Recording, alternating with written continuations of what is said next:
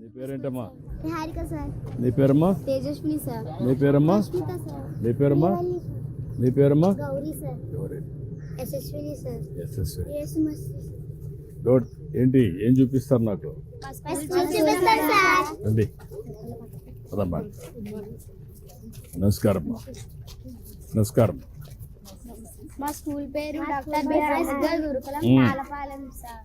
మీరు ఎన్నో పాఠశాలలో 593 మంది ఉంటాం సార్. మా పాఠశాల 2 ఫ్లోర్స్ ఉంటాయి సార్. మా కింద గ్రౌండ్ ఫ్లోర్ లో ఇంటర్మీడియట్ క్లాసెస్ ఉంటాయి సార్. మాకు పై ఫ్లోర్ లో 5th to 10th క్లాసెస్ వరకు ఉంటారు సార్. ఇంకా మీ టీచర్లు బాగా చదువు చెప్తున్నారా? భోజనం బాగుందా? ఇక్కడ క్లీన్గా ఉందా? అంతా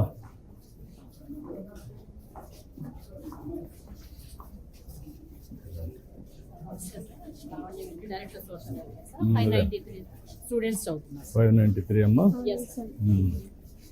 రండి రండి పిల్లలు. ఎవరి డే వస్తారా? ఓపీ ఇక్కడ ప్రతి ఒక్క రెసిడెన్షియల్ స్కూల్ హెల్త్ ఆఫీసర్ వాళ్ళు డైలీ స్క్రీనింగ్ చేస్తారు సార్. ఏంటమ్మా ముస్తాబు? ఇది ముస్తాబు కార్నరా? ఏంటి ఏం చేస్తారు చెప్పండి. ఎవరు ఈరోజు లీడర్? ఎవరు కాదమ్మా, ఈ రోజు లీడర్ ఎవరు? మీ ఇద్దరా? మీ ఇద్దరు ఎక్స్ప్లెయిన్ చేయండి నాకు. ఇప్పుడు క్యూలో ఒకరే చెప్పండి. ఒక్కొక్కరే చెప్పండి. ఇప్పుడు క్యూలో నిల్చుంటారు సార్ స్టూడెంట్స్ అందరూ. లీడర్స్ డోర్ దగ్గర నిల్చొని వాళ్ళకి నెయిల్స్, హెయిర్, డ్రెస్ అన్ని చెక్ చేసి పాస్ అంటే లోపల పంపిస్తారు సార్. ఒకవేళ పాస్ కాలేకపోతే మళ్ళీ వాళ్ళని రెక్టిఫై చేసి మనం ఇక్కడ ముస్తాబ్ కార్నర్ దగ్గర పంపించి ఏం చేస్తావు అప్పుడు? మళ్ళీ పంపిస్తావా? ముస్తాబ్ కార్నర్ దగ్గర పంపించి వాళ్ళు ఏదైతే నెయిల్స్ కట్ చేసుకోకపోతే నెయిల్స్ కట్ చేసి మళ్ళీ మన దగ్గర చూపిస్తే మళ్ళీ క్లాస్ లోకి పంపిస్తాం సార్.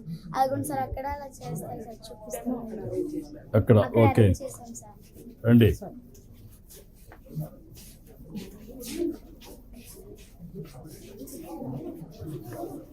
ఇక్కడ డెమోనా?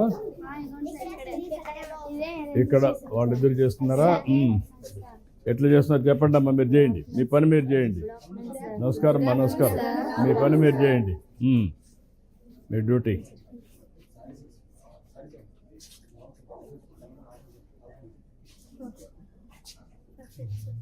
పర్ఫెక్టా? వాళ్ళు చెప్పాలి. ఏం చెప్పండి అమ్మా.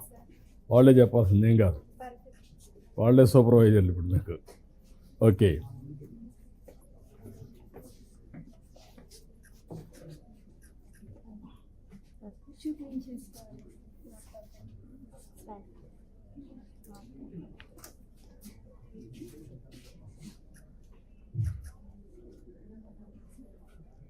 శ్రీభవ్య పర్ఫెక్ట్.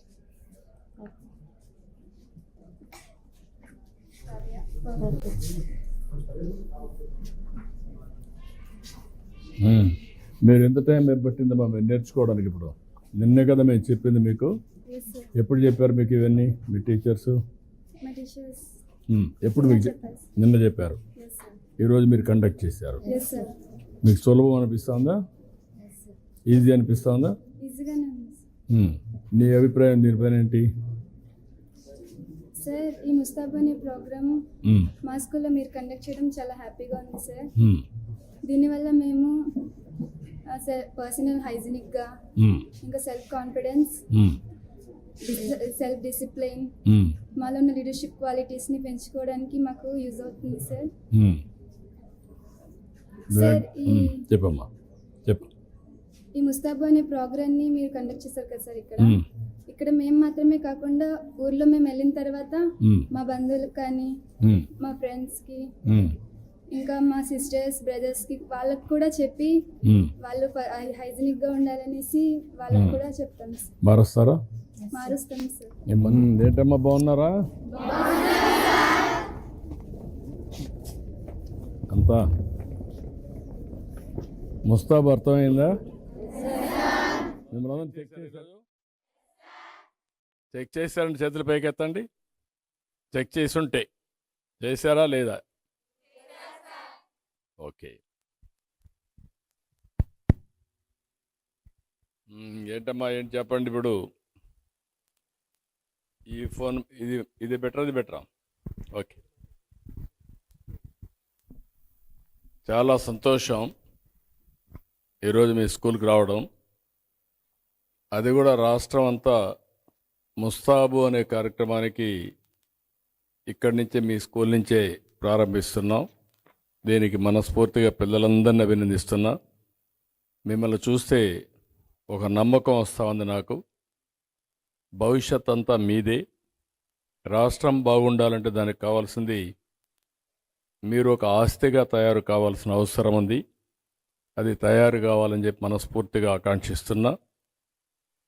ఈరోజు మీకు అందరికి కూడా ఇక్కడ పౌష్టికాహారం పెట్టడం కానీ, క్వాలిటీ ఎడ్యుకేషన్ ఇవ్వడం కానీ అవన్నీ చేస్తున్నాం. కానీ ఇటీవల కాలంలో నేను ఏజెన్సీ ఏరియా పోయినప్పుడు మన్యం జిల్లాకి వెళ్ళాను. అక్కడ ఆ జిల్లా కలెక్టర్ ఒక కార్యక్రమానికి శ్రీకారం చుట్టాడు. ఆ కార్యక్రమమే ముస్తాబు.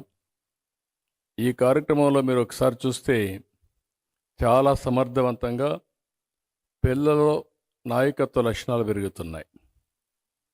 మీలో ఒక క్లీనినెస్ కానీ, అవేర్నెస్ కానీ, అందరం బాగుండాలని కోరుకుంటాం, అందంగా ఉండాలని కోరుకుంటాం. అవునా కాదా? అందరూ కోరుకుంటారు లేదా? మీరు అందంగా ఉంటే చూడాలని మీ తల్లిదండ్రులకు ఉంటుందా లేదా?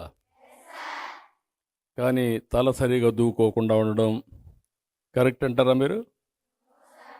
చేతులు కడుక్కోకుండా ఉండడం కరెక్ట్ అంటారా మీరు? ఇంకో పక్క సరిగా షూ ఉంది మీకు, ఆ షూను కూడా సరిగా మెయింటైన్ చేయకుండా పోవడం, యూనిఫామ్ సరిగా మెయింటైన్ చేయకుండా పోవడం, ఎన్ని కరెక్ట్ అంటారా మీరు? అందరికీ సమాన అవకాశాలు ఇచ్చారు కదా స్కూల్లో? అందరికీ షూ ఇచ్చారు కదా, యూనిఫామ్ ఇచ్చారు కదా, బాత్రూమ్లు అదే బాత్రూమ్లు ఉన్నాయి కదా. కొంతమంది పిల్లలు చాలా శుభ్రంగా ఉంటారు, కొంతమంది పిల్లలు శుభ్రంగా ఉండరు. దానికి కారణం ఏంటమ్మా? దాంట్లో కారణం మనం ఆలోచిస్తే మీరు ఫోకస్ చేయకుండా పోవడం, శ్రద్ధ పెట్టకుండా పోవడం. ఓసారి మీలో ఒక ఆలోచన పర్వాలేదులే అనే ఆలోచన వచ్చి కొద్దిగా డ్రిఫ్ట్ అవుతారు. దానివల్ల అనేక నష్టాలు వస్తాయి.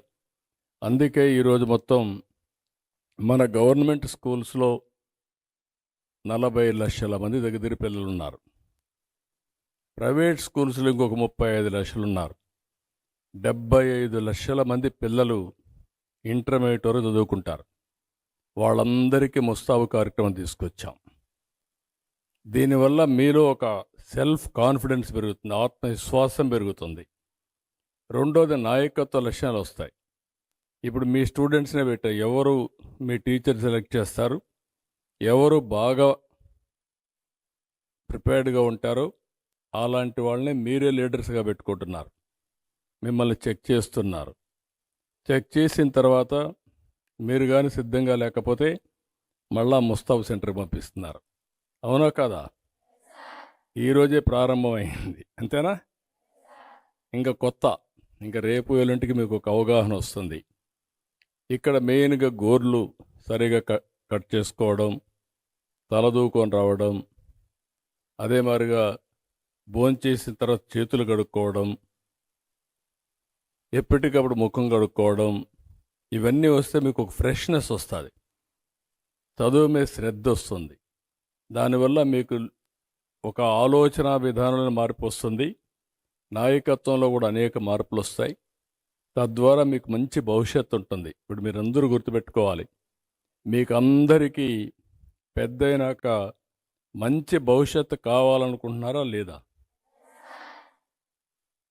కావాలి అనుకుంటున్న వాళ్ళు చేతులు పైకెత్తండి. ఓకే, చేతులు దించండి. నాకు భవిష్యత్తు లేకపోయినా పర్వాలేదు అనుకున్న వాళ్ళు ఎవరిని ఉన్నారా? ఎవరు లేరు. అంటే మీకు ఒక యాస్పిరేషన్ ఉంది. రెండోది, మీకు అందరికీ ప్రభుత్వం కానీ మీ తల్లిదండ్రులు మీ మీద శ్రద్ధ పెట్టుకున్నారు. వాళ్ళు చాలా హోప్ పెట్టుకున్నారు. మీరు పైకొస్తే వాళ్ళ యొక్క భవిష్యత్తు బాగుంటుంది, మీరు వాళ్ళు సరిగా చూసుకుంటారు అని ఆశ పెట్టుకున్నారు. ఇప్పుడు ప్రభుత్వం కూడా మీ అందరికీ తల్లికి వందనం 15,000 రూపాయలు ఇచ్చామా? మీ అందరికి వచ్చింది కదా? మీ తల్లి కూడా ఆనందంగా ఉంది కదా? అంటే మీరు గుర్తుపెట్టుకోవాల్సింది, ఏ తల్లికైతే 2 పిల్లలుంటే 30,000 వస్తూ ఉంది, 3 ఉంటే 45,000 వస్తూ ఉంది, 5 మంది ఉంటే 75,000 వస్తూ ఉంది. అంటే పిల్లలు తల్లులకు భారం కాకూడదని ప్రభుత్వం ఈ కార్యక్రమాన్ని తీసుకున్నాం. అక్కడ చేస్తూనే మళ్ళీ మీకు అన్నీ కూడా ఎక్కడా కొరత లేకుండా పుస్తకాలు అన్నీ ఇస్తున్నావా? మంచి రెసిడెన్షియల్ స్కూల్లో చదివిస్తున్నావా? చదివించినప్పుడు మీరు బాగా చదువుకోవాలి కదా. రెండో విషయం కూడా మీరు గుర్తుపెట్టుకోవాల్సింది, ఇక్కడ 6వ తరగతి నుంచి ఉన్నారు అంతేనా? 5వ తరగతి నుంచి ఉన్నారు, 5 నుంచి ఉన్నారు. 5 నుంచి ఉండే పిల్లలు మీరు గుర్తుపెట్టుకోవాల్సింది, ఒక 5 నుంచి అంటే మీకు 12 అయ్యే కొద్దికి 7 ఏళ్ళు అవుతుంది. అక్కడి నుంచి ప్రొఫెషనల్ కోర్స్ అయితే ఇంకొక 4-5 ఏళ్ళు అవుతుంది. అంటే ఒక 10-12 సంవత్సరాలు మీరు కష్టపడి చదువుకుంటే మీరు ఏది కావాలంటే అది అవుతారు. మీరు ఈ విషయం గుర్తుపెట్టుకోవాలి. మీరు ఒక డాక్టర్ కావాలన్నా, ఒక ఇంజనీర్ కావాలన్నా, ఒక ఐఏఎస్ ఆఫీసర్ కావాలన్నా, ఒక పోలీస్ ఆఫీసర్ కావాలన్నా, లేకుంటే సాఫ్ట్వేర్ ఇంజనీర్ కావాలన్నా ఆ శక్తి మీకు ఉంటుంది. కానీ ఈ 12 ఏళ్ళు చాలా ముఖ్యం. నేను అందుకనే పిల్లలందరినీ రాష్ట్రానికి ఒక ఆస్తిగా చూస్తున్నా. మిమ్మల్ని నాలెడ్జ్ ఎకానమీలో బాగా చదివిస్తే పేద పిల్లలందరూ కూడా చదువుకొని పైకి వస్తారు. పేదరికంలో ఉండే మీ తల్లిదండ్రులు పేదరికం పోయి మీ వల్ల మెరుగైన జీవన ప్రమాణాలు వస్తాయి.